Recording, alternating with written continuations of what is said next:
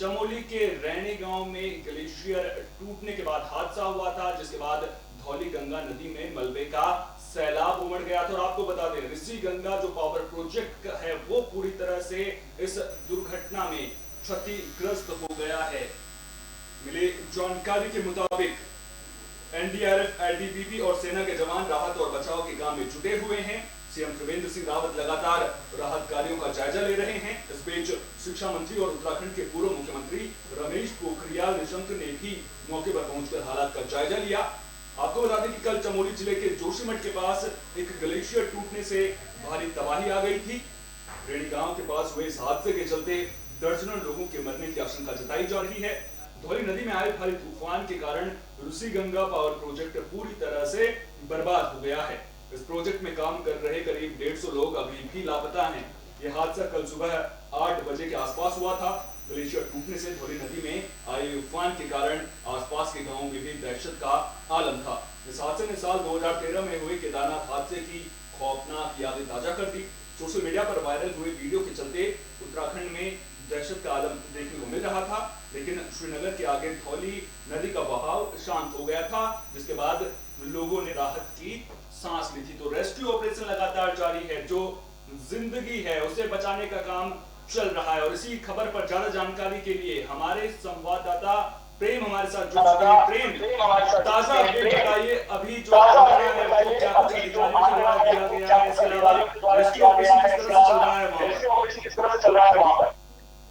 जी, मैं बता दूं आपको कि ये जो ग्लेशियर फूटा था, ये तपोवन, मुराद गुदरी बाबा, धौली गंगा, रैनी गांव और हॉट स्प्रिंग के एक सेंटर को में ये जो ग्लेशियर फटा है। और आपको बता दें जी, अभी लगभग 22 से 25 घंटे हो गए हैं रेस्क्यू को चलते चलते, और अभी तक जो है 7 लोगों को इस सुरंग से, जहां पर ये ऋषि गंगा का जो पावर टर्मिनल का काम चल रहा था, उससे निकाला जा चुका है। और नदी से अभी तक 13 शव बरामद किए जा चुके हैं। अब दिक्कत ये थी कि रात का समय था, लेकिन फिर भी यहाँ पर जो बुलडोजर चल रहे हैं और किसी तरह से लाइट को सुचारू किया गया है किनारे किनारे, तो उससे यहाँ पर राहत का कार्य अभी जारी है। और मौके पर हमारी जो है एसटीबी और एसडीआरएफ की टीमें और हेलीकॉप्टर मौजूद हैं, जो कि कंटिन्यू इस घटना पर अपनी नजर बनाए रखे हुए हैं। और कहीं ना कहीं ये जनता पे उत्साह देखा जा रहा है कि पानी का जो जल स्तर है वो बिल्कुल घट चुका है और आगे कोई घटना ना हो इसकी संभावनाएं बहुत कम हो चुकी हैं। और बार बार यहाँ हमारे प्रशासन भी ये कह रहा है कि भाई कोई भी वीडियो या कोई भी ऐसी सोशल मीडिया पे गलत वीडियो अपलोड ना करें, जिससे कि लोगों में दहशत फैले।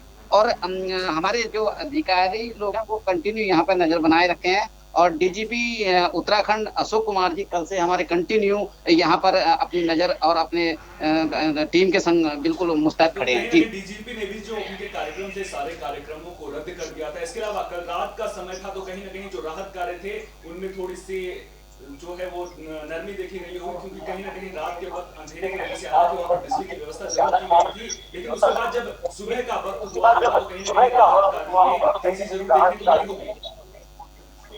बिल्कुल तेजी के बिल्कुल इस टाइम जो है सारी टीमें अपने काम को बिल्कुल अंजाम दे रही हैं। और वो बिल्कुल कहीं ना कहीं बिल्कुल एक दृढ़ संकल्प कि हमें कुछ करना है, अपने देश के लिए करना है और हमें जितने लोगों को हो सके बचाना है, उनके लिए वो बिल्कुल कंटिन्यू इस काम को लगे हुए हैं। और हमारे बुलडोजर सुरंग के अंदर बार बार जा रहे हैं, जो कि वहां से मलबा बाहर लेके आ रहे हैं, निकाल रहे हैं। और अभी उसमें भी लोगों के फंसे होने की आशंका है, बट आगे रास्ता जाने का नहीं है, जो कि बुलडोजर से रास्ते को साफ किया जा रहा है। और जैसे ही रास्ता आगे साफ होता है तो पता चलेगा कि कितने लोग उस पे जो है दबे हुए हैं या कितने लोग अभी उसमें फंसे हुए हैं। जी, चल पाया है कि जो रास्ता है वो कब तक क्लियर हो पाएगा, और जो हवाई सेवाएं हैं क्या उनकी मदद भी ली जा रही है वहां पर?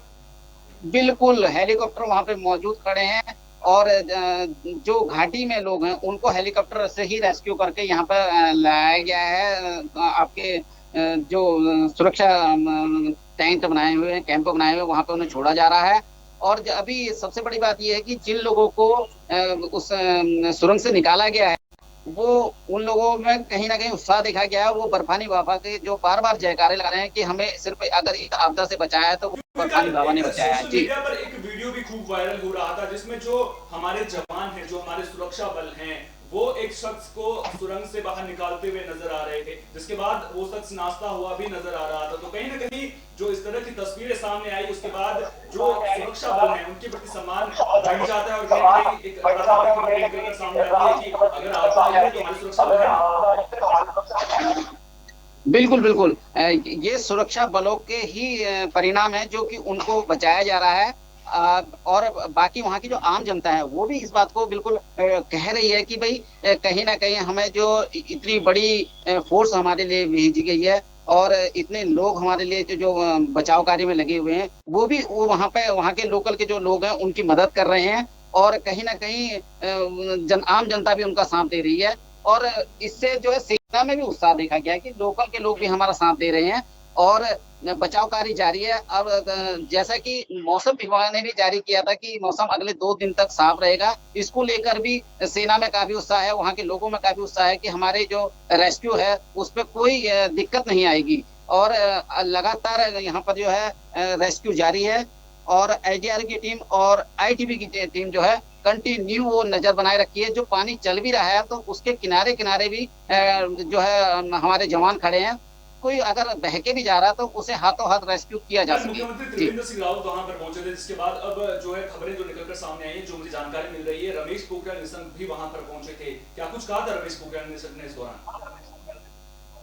जी, आज की बात है कि केंद्रीय शिक्षा मंत्री रमेश पोखरियाल जी यहाँ पे पहुंचे हैं, गढ़वाल के सांसद तीरथ सिंह रावत यहाँ पर पहुंचे हैं और जनपद प्रभारी मंत्री जो डॉक्टर धन सिंह रावत हैं वो भी यहाँ पे पहुंचे हैं। विधायक महेंद्र प्रसाद भट्ट जी यहाँ पहुंचे हैं, विधायक सुरेंद्र नेगी जी भी यहाँ पहुंचे हैं।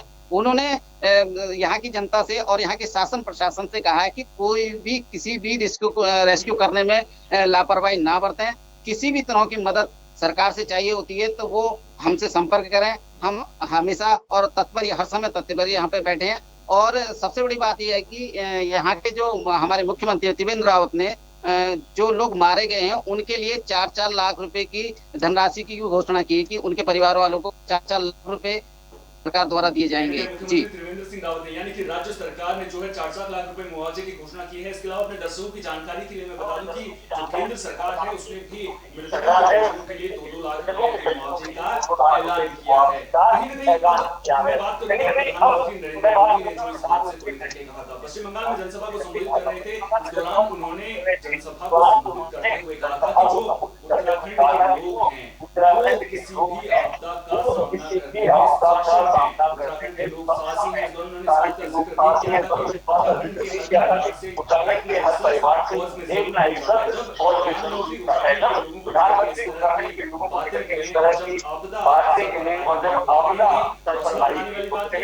हौसला बढ़ाने वाली बात है। जी बिल्कुल, जैसे कि 2013 में आपदा आई थी उस समय भी हमारे जो जनता है उन्होंने काफी साहस का कार्य किया था और हमारे जो फोर्स है, हमारे जो आर्मी है, उन लोगों ने काफी बचाव कार्य किए थे। तो ये कहीं ना कहीं तो बिल्कुल उत्साह देखा जाता है क्योंकि गढ़वाल हो या कुमाऊं हो, यहाँ से हर एक घर से एक व्यक्ति आर्मी या फौज में जरूर है और वो कहीं ना कहीं अपने देश के मान सम्मान के लिए मर मिटने को तैयार रहता है। यही सामने अब देखने को मिला है आज, क्योंकि जब यहाँ पर इतनी बड़ी आपदा आई है तो जो हमारे आर्मी के जवान है या आईटीबी के जवान है वो अपनी जान की परवाह ना करते हुए भी इस सुरंग में रेस्क्यू कर रहे हैं। और इतने जो कि यहाँ पर मलबा आया है, अगर हम कहें कि इस पे पैर रखना भी मुश्किल है क्योंकि ये इतना डेंजर है, यदि आदमी इसमें धंस जाए तो वो धंसता ही चले जाएगा। लेकिन हमारे जो जवान है, जो एसडीआरएफ के जवान है या हमारे आईटीबी के जवान है या हमारे थल सेना या नौसेना के जवान है, वो बिल्कुल इससे निडर हैं और वो आगे रेस्क्यू को करते हुए आगे बढ़ते चले जा रहे हैं, जिससे यहाँ की जनता उनकी बड़ी काफी सराहना कर रही है और उन्हीं के बलबूते पे वो उनके साथ भी है। जो ग्लेशियर टूटा था उसके पीछे एक बड़ी वजह ये बताई जा रही थी कि कहीं ना कहीं जो उत्तराखंड है वहां पर भारी बर्फबारी हुई थी, लगातार बारिश हो रही थी, जिसकी वजह से वहां पर ग्लेशियर टूटा था, जिसके बाद धौली गंगा नदी में मलबे का सैलाब देखने को मिला था। अब हालांकि मौसम विभाग की ओर से जो जानकारी मिल रही है उसके मुताबिक अगले 48 घंटों में बारिश का अनुमान नहीं है, मौसम साफ रहने का अनुमान है। कहीं ना कहीं इससे राहत बचाव कार्यों में तो मदद मिलेगी, जैसा कि आपने पहले जिक्र किया। इसके अलावा और भी अगर उनके टूटने का खतरा भी बना रहता है, कितना अभी मौसम से तो बिल्कुल राहत मिल रही है, लेकिन जो और ग्लेशियर हैं वो भी कहीं न कहीं खतरे की ओर इशारा कर रहे हैं। तो कहीं से ये एक प्रकृति का संकेत भी इंसान के लिए हो जाता है कि प्रकृति के सामने इंसान केवल होना नहीं है, और ऐसे लोगों की भी जिम्मेदारी उठानी पड़ेगी, क्योंकि जिस तरह से ग्लोबल वार्मिंग का खतरा बढ़ रहा है, जिस तरह से ग्लेशियर टूट रहे हैं, वो कहीं न कहीं एक संकेत प्रकृति दे रही है इंसान को। जी बिल्कुल सही कहा आपने। जैसे कि यहाँ पे काफी ग्लेशियर हैं और आगे भी यदि बर्फबारी होती है तो उनके खिसकने का डर रहता है। और जैसा कि अभी मौसम विभाग ने कहा कि अगले 2 दिन तक जो है बारिश और साफ मौसम है बिल्कुल, तो उससे अभी बर्फ पड़ने की संभावना नहीं है, जिसके चलते हमारे जो राहत कार्य हैं वो कंटिन्यू चलते रहेंगे।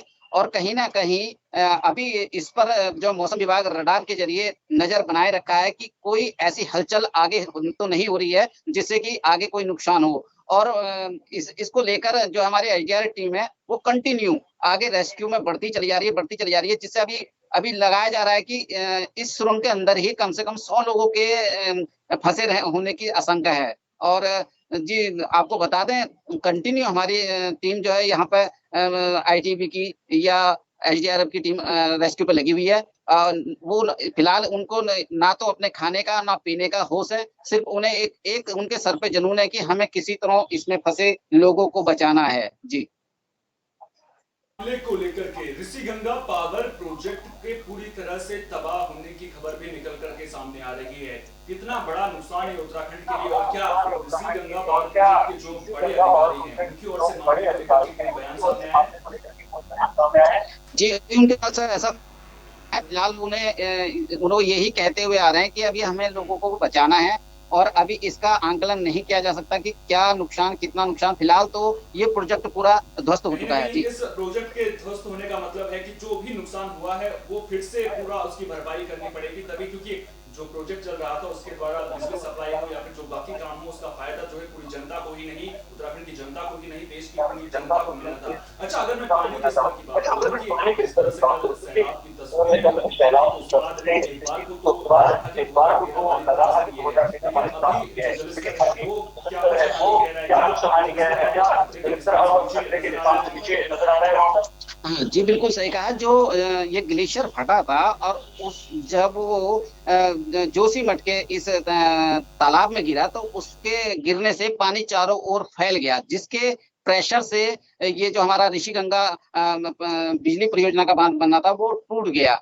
और उसके टूटने से जो पानी नीचे की ओर आया है वो पानी ना होकर वो एक मलबा था जो कि बड़ी तेजी से आगे की ओर बह रहा था। और वो कम से कम 5 गांव से आगे पानी निकल चुका था, लेकिन आगे जाने के बाद वो जैसे जैसे आगे जा रहा था तो वो एक मलबे में तब्दील होते जा रहा था। यानी कि आप एक सीमेंटेड कहिए उसे, सीमेंटेड के नमूने में भी कह सकते हैं उसे, कि आगे सिर्फ थोड़ा बहुत पानी आगे गया है। जो आगे के गांव हैं 15 गांव भी खाली करा दिए गए थे, वो अभी खतरे से बिल्कुल बाहर हैं। और पानी भी अभी कम से कम 3 फीट यानी कि 1 मीटर खतरे से निशान से नीचे आ गया है। जी सवाल आपसे लूंगा, जिस तरह से ऋषिगंगा पावर प्रोजेक्ट का बांध जो है वो टूटा था, कहीं न कहीं रविवार का दिन था तो जो मजदूर थे उनके भी कम रहने की वहां पर संभावना जताई गई थी। करीब 150 लोग लापता बताए जा रहे हैं। इसके अलावा जो लोग में रहते थे या फिर जो लोग नदी किनारे रहते थे, क्या आंकड़ा सामने आ पाया है वहां से कितने लोग लापता हैं? जी अभी इसका आंकड़ा तो सामने नहीं आया है, क्योंकि लगभग वहां से जो उस बांध से गांव की दूरी थी वो कम से कम नहीं भी तो 1 से 1.5 किलोमीटर थी। लेकिन जब बांध टूटने की सूचना मिली तो लोगों ने अपने फोन के जरिए लोगों को सूचित कर दिया था, लेकिन लोगों ने क्या करा कि अपनी जान को ही बचा पाए हैं। वहां पर अपने जो मवेशी थे उनके वो उनको नहीं बचा पाए, अपना सामान नहीं बचा पाए हैं अभी, और केवल अपनी जान की सुरक्षा कर पाए हैं। जी तमाम जानकारी को हम तक साझा करने के लिए। तो उत्तराखंड में चमोली में ग्लेशियर फटने की वजह से हादसा हुआ था कल, जो है सैलाब की तस्वीरें सबने देखी थी, लेकिन अब राहत की बात ये है कि अब जो पानी का स्तर है वो खतरे के निशान से नीचे आ गया है। इसके अलावा जो हमारे सुरक्षा बल हैं वो लगातार मोर्चा संभाले हुए हैं, कहीं न कहीं देवदूत बनकर वो आ गए यार वो शाम को 6 बजे। अगली खबर का दरअसल प्रधानमंत्री, अरे सब उठाएंगे जब 135 से आता ना फोन, वो 20 से करते हैं ना, आधे घंटे की वो मार दी लाइव हित में है। और इन कृषि कानूनों से जो है एमएसपी पर कोई भी फर्क नहीं पड़ेगा। एमएसपी जो है वो पहले की तरह ही बनी रहेगी। इसके अलावा उन्होंने लाल बहादुर शास्त्री का भी जिक्र यहाँ पर किया है। उन्होंने कहा कि जब लाल बहादुर शास्त्री ने किसानों के हित में काम किया था तो उन्हें भी दिक्कतों का सामना करना पड़ा था। तो पीएम मोदी का राज्यसभा में बड़ा बयान सामने आया है। आपको बता दें कि प्रधानमंत्री नरेंद्र मोदी ने कहा है कि एमएसपी है और हमेशा बना रहेगा। मोदी ने किसानों से आंदोलन खत्म करने की भी अपील की है।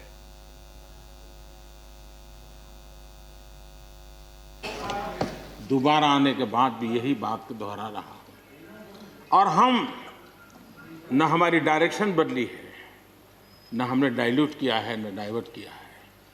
उसी मिजाज के साथ हम काम कर रहे हैं, क्योंकि इस देश में आगे बढ़ने के लिए हमें गरीबी से मुक्त होना ही होगा। हमें प्रयासों को जोड़ते ही जाना होगा। पहले के प्रयास हुए होंगे तो उसमें और जोड़ना ही पड़ेगा। हम रुक नहीं सकते। जितना कर लिया बहुत है, नहीं रुक सकते। हमें और करना ही होगा। आज मुझे खुशी है कि जो मूलभूत आवश्यकता है ईज ऑफ लिविंग के लिए, और जिसमें से आत्मविश्वास पैदा होता है, और एक बार गरीब के मन में आत्मविश्वास भर गया, गरीब खुद गरीबी को चुनौती देने की ताकत के साथ खड़ा हो जाएगा। गरीब किसी का मदद के मोहताज नहीं रहेगा। तो मेरा अनुभव है और इसलिए मैं कहता हूँ, मुझे खुशी है 10 करोड़ से ज़्यादा शौचालय बने, 41 करोड़ से ज़्यादा लोगों के बैंक खाते खुले, 2 करोड़ से अधिक गरीबों के घर बने, 8 करोड़ से अधिक मुफ्त गैस के कनेक्शन दिए गए, 5 लाख रुपए तक मुफ्त इलाज गरीब की जिंदगी में एक बहुत बड़ी ताकत बनकर के उभर रही है। ऐसी अनेक योजनाएं जो गरीबों के जीवन में बदलाव ला रही हैं, नया विश्वास पैदा कर रही हैं।